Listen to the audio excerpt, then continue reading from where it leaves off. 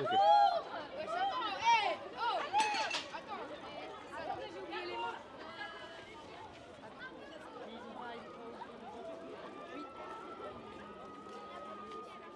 Donc en fait, il y a un système ici d'aimant qui permet de fermer la pochette. Et donc tout simplement, il y a un aimant qui ouvre cet aimant-là et ça permet de mettre le téléphone dedans. Et cette pochette coupe les ondes. Donc on ne peut pas recevoir de notifications, ça se coupe automatiquement. Donc après, on a juste à appuyer sur le bouton ici et ça ferme la pochette. Pour moi, ça m'a rien changé parce que dans tous les cas, j'éteignais déjà mon téléphone. Mais c'est vrai que pour les personnes qui avaient leur téléphone en cours et qui l'utilisaient, c'était un peu dérangeant pour le prof et ça permettait pas aux autres de suivre le cours. Donc c'est plutôt bien.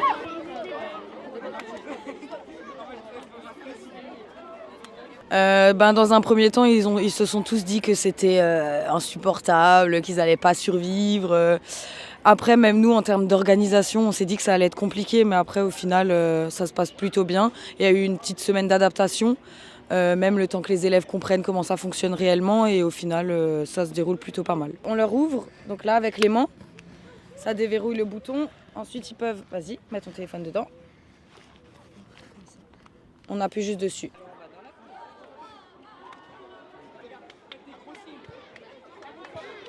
Alors, on est venu à cette solution parce qu'on a eu l'année dernière de nombreux incidents qui sont liés à un mauvais usage du téléphone. Des bagarres qui sont filmées, qui sont mises sur réseau, des traceurs que les parents mettent et ensuite ils écoutent ce qui se passe dans les classes, des photos qui sont prises dans les toilettes et que du coup, il y a des élèves qui s'interdisent d'aller aux toilettes toute la journée de peur d'être pris en photo aux toilettes. Enfin, de nombreux incidents qui ont fini par nous inciter à réfléchir à une solution pour que vraiment l'interdiction du téléphone, qui est réelle depuis 2018, soit appliquée. On leur a mis une bombe à retardement dans la main, sans aucune explication, sans aucun contrôle. Je me suis dit, voilà, il faut qu'on fasse quelque chose.